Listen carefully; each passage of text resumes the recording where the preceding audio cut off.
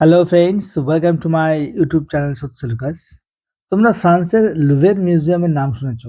বিখ্যাত মিউজিয়াম, সারা পৃথিবীর যত ভালো ভালো আর্ট ফ্যাক্টস আছে সমস্ত কিছু লুভের মিউজিয়ামে রাখা হয়ে থাকে। প্রাচীনকালে রাজা রানীদের সমস্ত কিছু, গহনা থেকে আরম্ভ করে সমস্ত কিছু সেই লুভের মিউজিয়ামে ঘটেছে এক দুঃসাহসিক ডাকাতি, চুরি করে নিয়ে গিয়েছে। তো আজকের এই ভিডিওতে আমি তোমাদেরকে ডিটেলসে বলবো কি কিভাবে চোররা চুরি করলো এত বড় একটা হাই সিকিউরিটি মিউজিয়ামে, এবং কি দামি দামি জিনিস নিয়েছে। সমস্ত কিছু আজকে ডিটেলসে এই ভিডিওতে বলবো। আমার চ্যানেল ভালো লাগলে অবশ্যই লাইক করবে, আমার চ্যানেলকে সাবস্ক্রাইব করবে। চলো আজকে তোমাদেরকে বলবো সেই ঘটনাটা।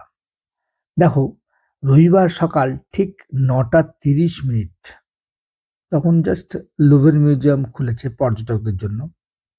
আর ঠিক তখনই চারজন মুখোশধারী চোর হলুদ জ্যাকেট পরে নিজেদের সাজিয়েছিল নির্মাণ কর্মী হিসাবে। তারা একটি ট্রাক নিয়ে আসে সাইন নদীর ধারে। ট্রাকের উপরে ছিল একটা ল্যাডার, মানে অনেক বড় লম্বা মই ছিল। ফার্নিচার তোলার জন্য ব্যবহার হয় এই সমস্ত হাইড্রোলিক লিফট।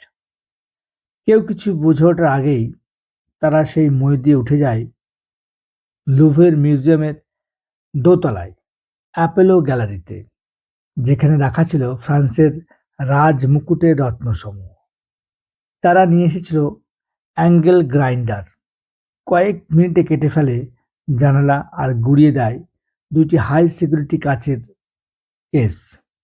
তারপর হাতে চলে আসে 8টি অমূল্য রত্ন, যার মধ্যে ছিল নেপোলিয়নের যুগের গয়না, ম্যারি লুইজের পান্নার হার ও কানের দুল, আর এমপ্রেস ইউজিনের মুকুট, যেখানে ছিল 1300 হীরক ও 56টি পান্না। ঠিক 7 মিনিট পর তারা দুটো মোটরবাইকে চেপে উধাও হয়ে যায় প্যারিসের রাস্তায়। সোমবার সকাল পর্যন্ত লুভের মিউজিয়াম বন্ধ থাকে। এ পর্যন্ত 60 জন তদন্তকারী সারা রাত কাজ করে যাচ্ছে, কিন্তু এখনো পর্যন্ত চোরদের ধরতে পারেনি। ফরাসি বিচার মন্ত্রী জেরাল্ড দারমানিন স্বীকার করেছেন, আমরা ব্যর্থ হয়েছি।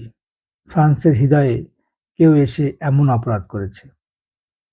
একমাত্র পাওয়া গেছে এমপ্রেস ইউজিনের ক্ষতিগ্রস্ত মুকুট, যা চোরেরা পালানোর সময় ফেলে গিয়েছিল। অদ্ভুতভাবে তারা $6 কোটি রিজেন্ট ডায়মন্ড ছুঁয়েও দেখেনি। এখন কেন দেখেনি এটাই একটা রহস্য। আর্ট রিকভারি বিশেষজ্ঞ আর্থার ব্র্যান্ড বলেছেন, এই গয়নাগুলো এতটাই বিখ্যাত যে চোরেরা এগুলো হয় ভেঙে ফেলবে, নয়তো সোনার উপর গলিয়ে বিক্রি করবে। প্রেসিডেন্ট ইমানুয়েল ম্যাক্রন বলেছে, এটা কেবল ডাকাতি নয়, এটা ফ্রান্সের ঐতিহ্যের ওপর আক্রমণ। ঘটনাটি এখনো ফরাসি রাজনৈতিক মহলে আলোচনার ঝড় তুলেছে। ফার রাইট নেতা জর্দান বার্দালো একে বলেছেন ফ্রান্সের জন্য এক অসহনীয় অপমান। সো বন্ধুরা, তুমি কি মনে করো এমন সাহসী হেস্ট হলিউডের সিনেমার মতো, কিন্তু এটি বাস্তব আর ঘটেছে পৃথিবীতে অন্যতম নিরাপদ জাদুঘরে। তোমার মতে এই চোরেরা কি ধরা পড়বে? অবশ্যই কমেন্ট বক্সে জানাও। সো আমার ভিডিও ভালো লাগলে অবশ্যই লাইক করবে, সাবস্ক্রাইব করবে। Thank you, ta-ta, bye by.